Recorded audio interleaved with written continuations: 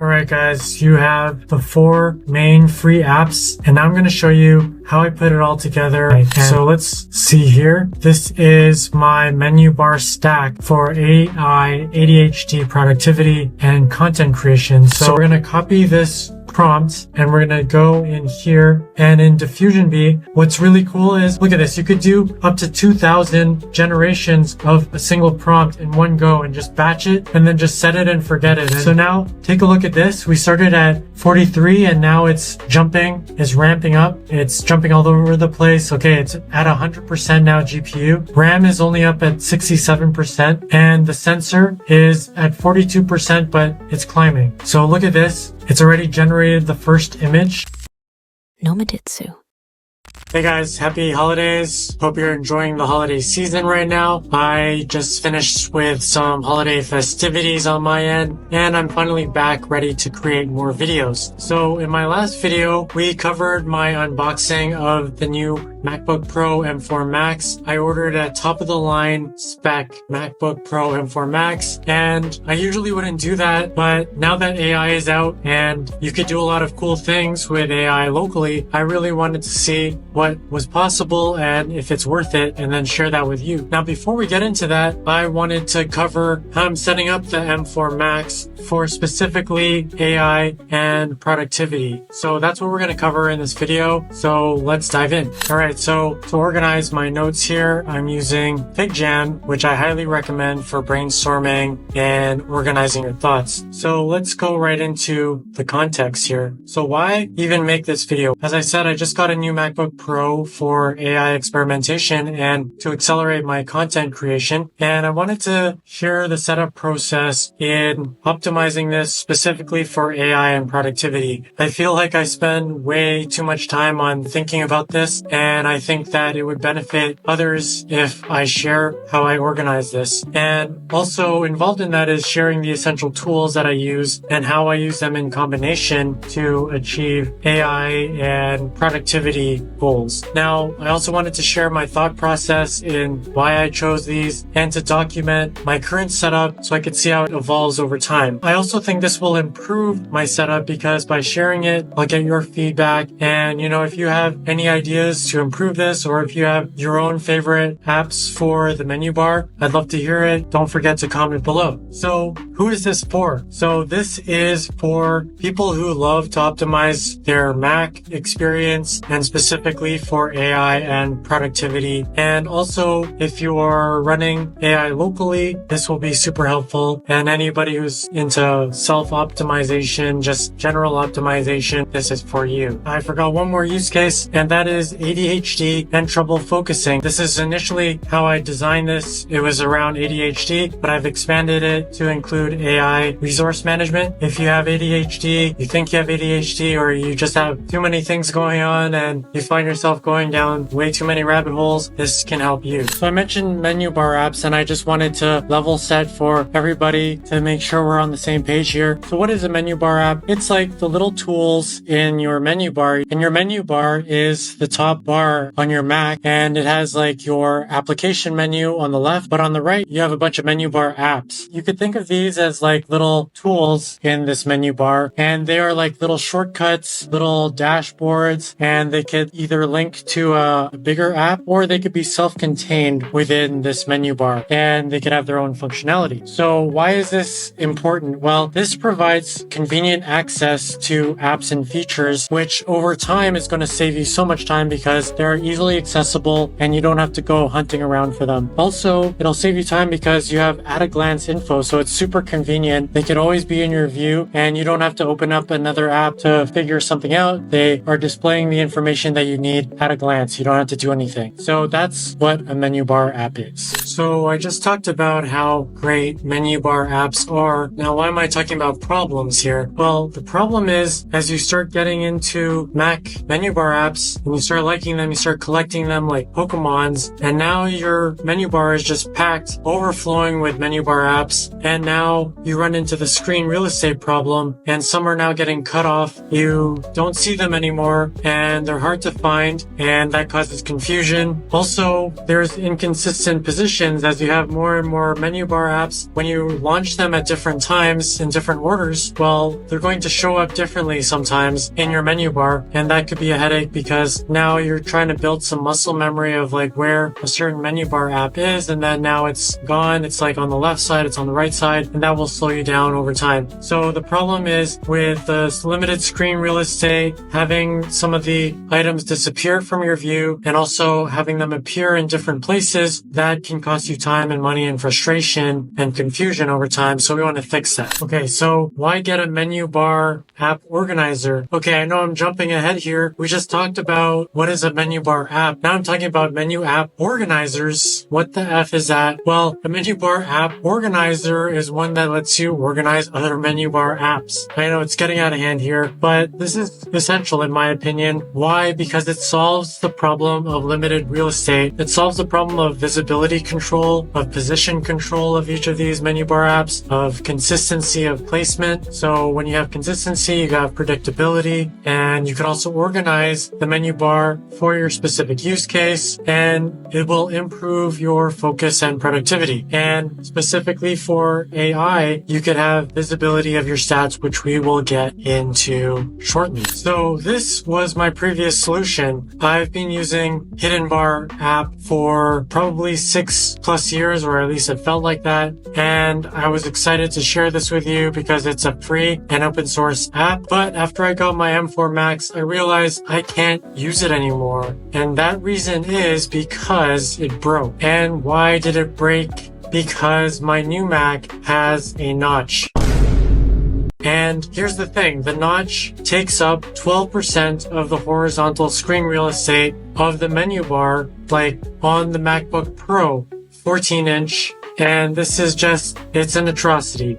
I get that Apple's trying to maximize the screen real estate, but it just feels like this is not the way. So actually, I'm going to show you the difference. Alright guys, I'm going to show you what I'm talking about here. Just look at this notch and how much of the menu bar it's taking up. And that's on my MacBook Pro 14-inch. Now, look at this on my 13-inch MacBook Air, and look at how much more space you have for menu bar apps. It's absolutely crazy you could show this many more apps in the menu bar on the 2020 MacBook Air 13-inch compared to the MacBook Pro 14. And by the way, I have a privacy screen. That's why the viewing angle is not that great on here.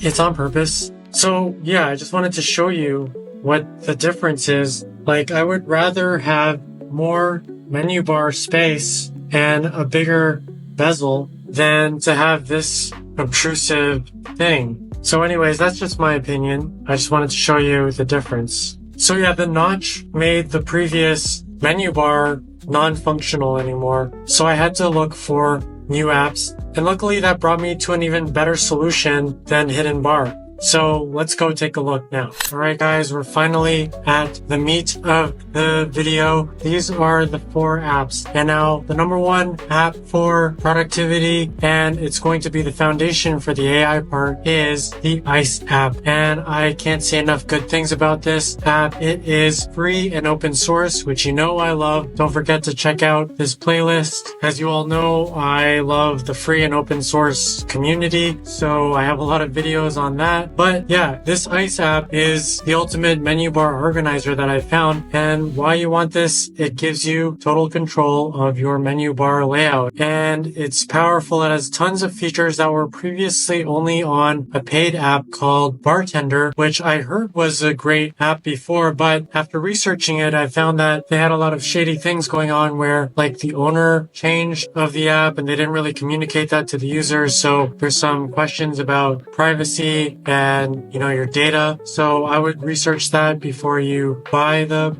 Bartender app. But yeah, this Ice app is free and open source, and it has a lot of the same features that the Bartender app had. And I've been using it for a few weeks, so I'd love to show you it now. All right, guys, if you don't have this app yet, you're going to want to go to icemenubar.app. and hit download. And as you can see here, this is a quick demonstration of what the ICE menu bar app does. So you can see that it's clear over here and you only have a few menu bar apps visible. When you click anywhere on the menu bar, or if you click on this dot here, it reveals the hidden menu bar apps. All right, let's move on to the next app, and at the end I'll put them all together. So the next app is Stats, and this is the AI focused app. So this is amazing because it gives you real-time insights on all the different resources on your computer and how much they're being utilized. And this is key for AI because it's highly resource intensive. So we're going to go and download the Stats app right now. So this is where you could find information about the Stats app, and you'll see here that actually you just need to type this into your terminal and it'll install on your Mac for you, and it's completely free and open source. So what we're going to do is copy this command, and then we're going to go command space and open terminal, and now we're going to paste that in and hit enter. And I already have it installed, so it should be pretty quick. All right, so it actually is updating, so it's a good thing I ran this. All right, so it's been upgraded and now you have it installed. Okay, once you've installed Stats, hit command space and then type Stats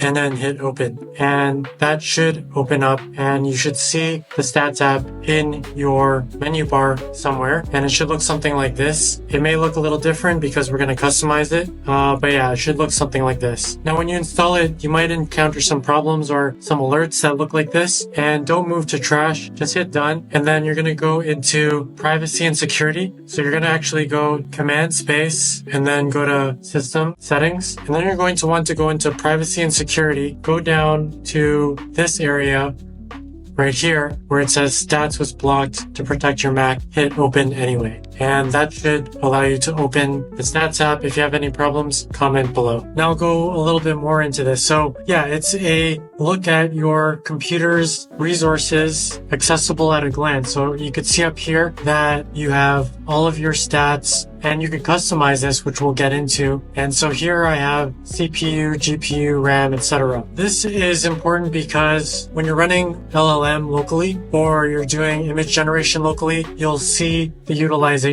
over here. Also, I have displayed the temperature, which we'll get into later. So yeah, Stats app is critical, very helpful for your local AI tasks. All right, next app, we have One Thing, and this is part of the productivity part of my solution. And One Thing is a free app. I don't think it's open source, but it's free. That's what this thing is over here in my menu bar. And what it is I use it to manage my ADHD. It's called One Thing because you could just put one thing in the menu bar. So you could put any kind of text in there and that keeps you focused. And as you can see here, my focus is on creating this M4 Max menu bar video right now. And one pro tip I'll show you is that you want to turn on menu bar visibility so that this thing is visible at all times. So let me show you that real quick. So I'm going to go into my settings, right? And I'm going to go to menu bar visible. Okay, menu bar, and then automatically hide and show the menu bar. We want to turn that off. So you want to make sure that this is off because you want to be able to have this menu bar, this entire menu bar visible at all times. And this helps for ADHD because no matter what app you're in and no matter if the app is in full screen mode like this, it doesn't disappear. So you always have at a glance what your top priority is. And to download One Thing, you just need to go to the App Store and it's right there and free. All right, guys, we are at the final app, and that app is Jot It Down. And yes, it's another free app. I don't think it's open source. It's a quick notes app in your menu bar, which you could see over here. And basically, I use it like my short-term memory. I'll give you a little bit more detail in a bit, but let's download this. And where you download it is just in the App Store. Just download it in the App Store. Just search Jot It Down, and it's completely free. And yeah, I recommend this app. All right, guys, you have the the 4 main free apps, and I'm going to show you how I put it all together and why. So let's see here. This is my menu bar stack for AI, ADHD, productivity, and content creation. So if we take a look at this system here, I have main sections for creation, ADHD focus, AI monitoring, and the system. So I'll start with the system side. We have the clock. I minimized to just the 24-hour clock. This, I'll do a whole video on the 24-hour clock probably, but I switched to a 24-hour clock even though in Canada we use a 12-hour. I think it just makes so much more sense. It's more logical, and you also get away with less space. So here you could tell it's PM and you don't have to list PM, so it takes up more space. So that's why I use the digital 24-hour clock here to minimize space. And then I just have the control center, which I can't get rid of, but it is helpful anyways because you want to have quick access to different things like your Wi-Fi, Bluetooth, etc. So next we have sound. I use this because I need quick access to the right speakers, especially if you connect to another laptop, which I'll show you in another video. I'm connected with my other MacBook Air. Sometimes when you connect the MacBook Air with another MacBook, it will automatically switch the speakers, and that's pretty annoying. So I want to have quick access to that. Also, pro tip, if you hit option and you click on sound, you also have quick access to your recording devices. So that's going to be important if you are a content creator as well. So that covers the system section. And now this is the very cool AI section. And here, using the stats app, I customize this. You could customize this yourself. So when you click into that, you could see all the details about your computer, but also you can pick and choose different widgets that show up in this stack over here. And I customized it for what I need for my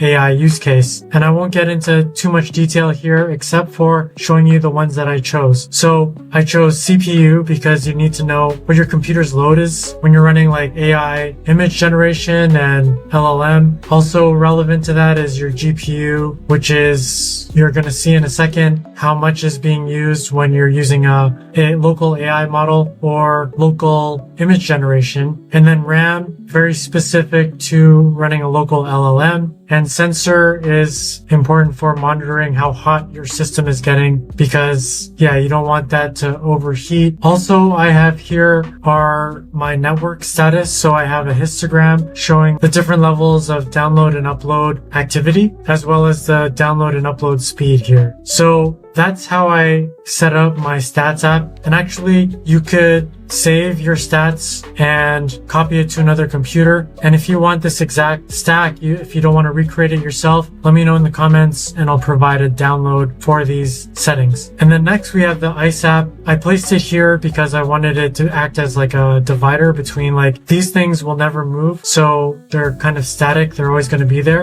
And then on the left side, it's a little bit variable because of the length of the One Thing app. So now we'll get into the ADHD focus and how I use that. So with the One Thing app, I use that to put my main task that I want to be focusing on always visible in my line of sight, no matter what screen I'm on, no matter what is full screen, I'm always going to see this present. So it always brings me back to, okay, I got to work on that. And then how I use this second app over here is I have a pause list. So it's kind of like if I'm thinking about something and I catch myself, I'm thinking about something that's not related to my current task, I'm going to go in here and put it in my pause list. And that way I can capture that thing that I'm getting distracted by. I remind myself, hey, I got to just capture this and then get right back to the main task. So that's how I use One Thing and Jot It Down in conjunction. So they're just really quick. Another thing is if I have my focus task and I want to break it down step by step, I'll do that. So I have here, finalize my sticky notes brainstorm, record a test, record a first pass, second pass, etc. Right? So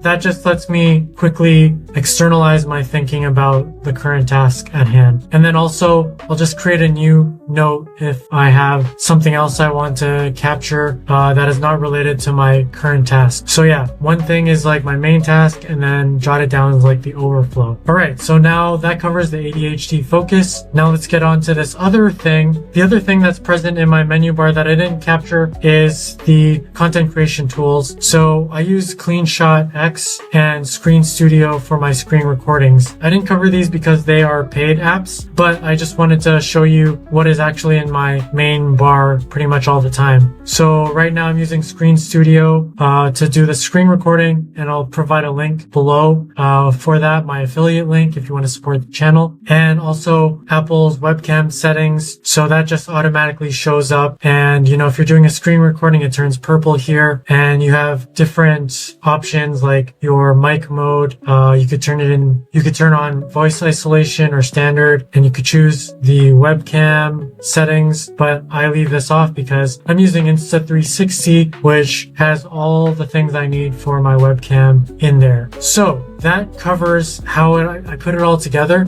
Now I'm going to show you a use case of actually using AI and how it looks in the menu bar as I monitor it with the Stats app. All right, so now I have LM Studio open. LM Studio is an awesome free app for Mac where you could download AI models for free, open source, and it's an amazing UX, so highly recommend it. And you'll see here that these are all the different open source models that I've downloaded to my computer so far. And you could see I have Llama 3.370B, which is a 39 gigabyte model. So I'm going to show you what it's like to load this giant model locally on my Mac, and just watch up here for how it impacts the system resources. Okay, so I'm going to load that up, and now check this out. You could see that GPU has jumped up, RAM is ramping up, and it's still loading up. So you could see it's climbing.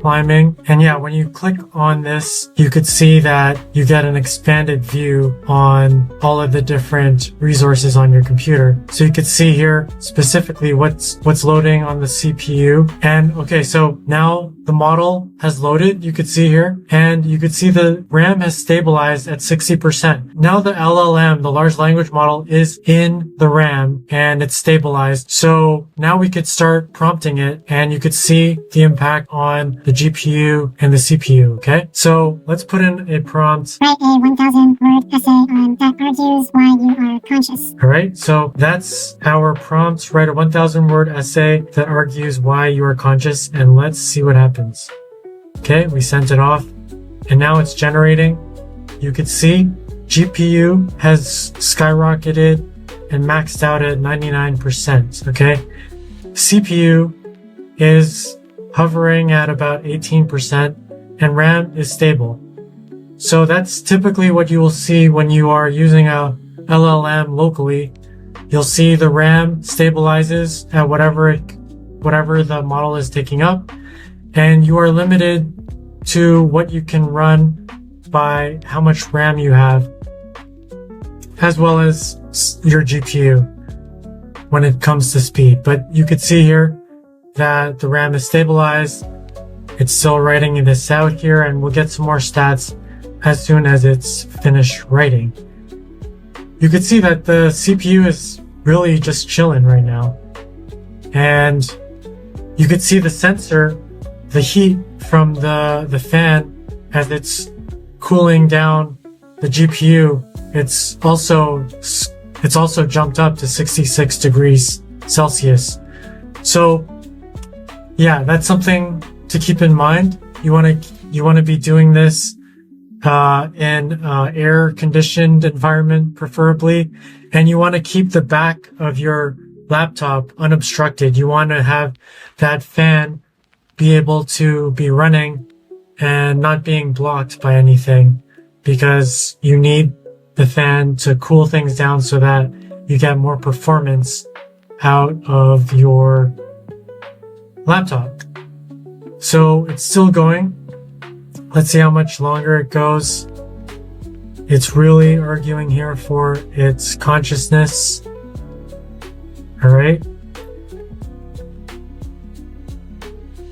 I didn't do a system prompt. Maybe I should have did a system prompt we're gonna see if it went overboard here. Okay, it's at in conclusion. So it should be done soon. Alright, it's going to ultimately, alright, still going.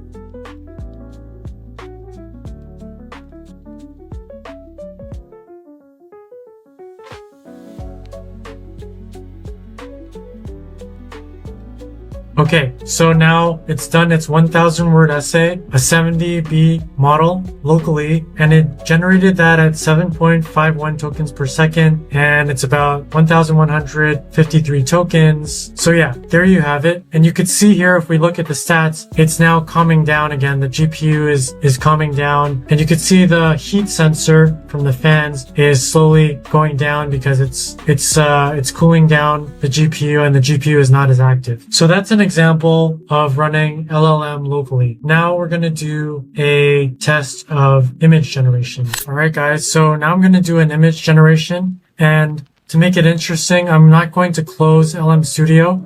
So it's going to be a bit of a stress test and see how high these numbers go.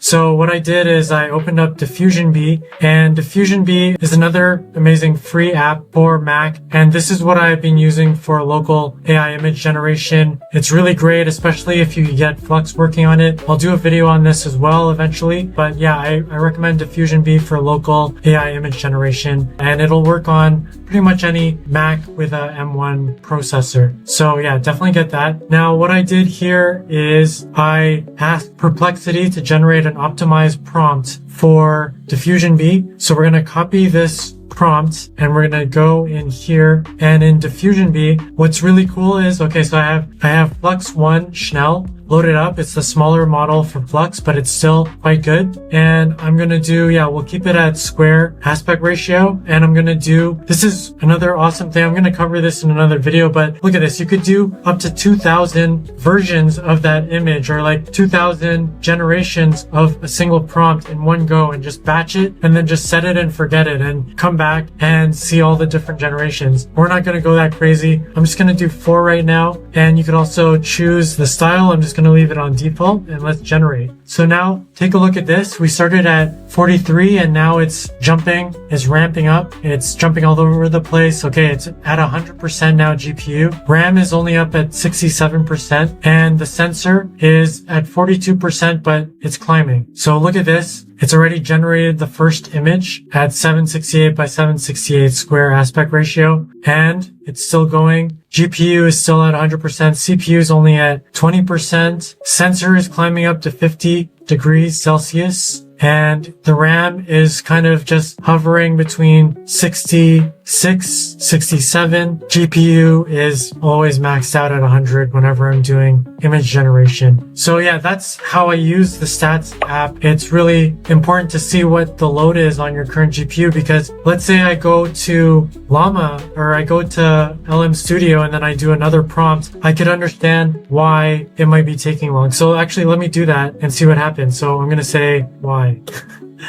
And then let's see what it does. So this generation is already done. I'm going to run it again, right? So this is cool. You could just keep doing more generations, but this is really pushing my system now. Okay, so it's generating the LLM prompt at the same time as it's generating the image, and there you go. So now it's generating an answer to my why question to its essay. At the same time, it's trying to generate images over here. RAM is at 68%. GPU is getting killed right now at 100%. It's now almost 69. It's almost 70 degrees Fahrenheit. No, 70 degrees Celsius here. So let's see what happens. I hope I don't break my computer, but this is the stress test. Okay, so it generated the first image, and you could like zoom in on this and see the quality of these images.